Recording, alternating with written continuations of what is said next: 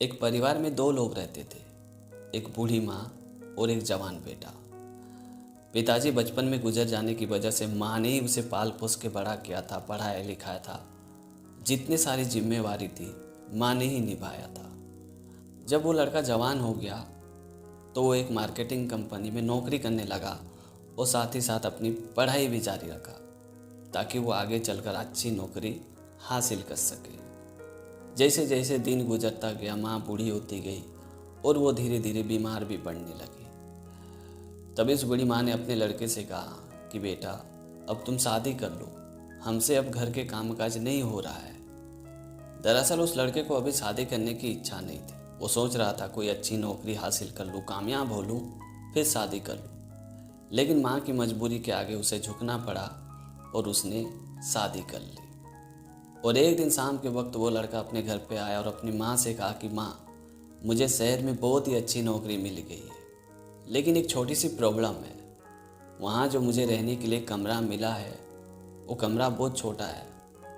उस कमरे में सिर्फ 2 ही लोग रह सकते हैं। तो मैं चाहता हूँ कि आप कुछ दिनों के लिए वृद्धाश्रम में चले जाइए और मैं और आपकी बहू शहर के उस छोटे से कमरे में 4-5 महीना गुजार लूँगा। जब मैं अच्छी तरीके से सेटल हो जाऊँगा, बड़ा कमरा ले लूँगा, तो मैं वापस आपको शहर बुला लूँगा। अपने बेटे की ये बात सुन के वो बूढ़ी माँ मन ही मन सोचने लगी कि अभी शादी को 3-4 महीना भी नहीं हुआ है और बहू का रंग इस पे चढ़ गया है और मेरी बहू भी इसे कुछ नहीं कह रही है। भला वो क्यों कहेगी? उसकी मनोकामना जो पूर्ण हो चुकी है। अभी वो बूढ़ी माँ ये सब बातें सोच ही रही थी कि इतने में उसकी बहू ने कहा कि माँ और हम कहीं नहीं जाएंगे। मैं पढ़ी लिखी हूँ, बच्चे को ट्यूशन पढ़ा के इतना कमा लूँगी कि मेरा और माँ का गुजारा आराम से हो जाएगा। आप शहर अकेले चले जाइए, जब अच्छे से सेटल हो जाओगे, बड़ा कमरा ले लोगे, तो मुझे और माँ को बुला लेना। आप ही कहा करते थे ना कि किस तरह माँ लोगों के घरों में जूठे बर्तन साफ कर करके आपको पढ़ाई लिखाई है। ज़रा सोचो, उस वक्त अगर माँ आपको किसी अनाथ आश्रम में छोड़ देती, अपने बारे में सोचती, दूसरी शादी कर लेती, तो आप कहाँ होते? आपकी परिस्थिति कैसी होती? और वैसे भी माँ उस वृक्ष के समान होती है जो सिर्फ फल ही नहीं बल्कि छाया भी देती है। हम कहीं नहीं जा रहे, मैं तो माँ के साथ रहूँगी। अगर जाना है तो तीनों को साथ में जाना है, वरना हमें नहीं जाना है। अपने बहू की बात सुनकर उस बूढ़ी माँ की आंखों में झरझर आंसू बहने लगा, क्योंकि उसे बहू के रूप में एक अच्छी बेटी मिल चुकी थी।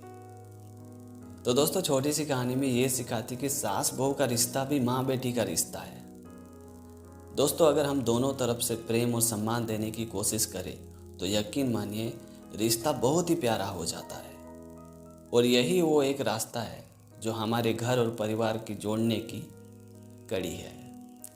तो दोस्तों, आज की कहानी आपको कैसी लगी कमेंट करके ज़रूर बताना। और अगर आपने हमारे चैनल को अभी तक सब्सक्राइब नहीं किया तो प्लीज़ यार चैनल को सब्सक्राइब कर देना, क्योंकि इस तरह का कंटेंट मैं हमेशा अपने चैनल पे लाते रहता हूँ। तो आज के लिए इतना ही, मिलते हैं अगली वीडियो में एक नई टॉपिक के साथ, एक नई कहानी के साथ। तब तक के लिए जय हिंद, वंदे मातरम।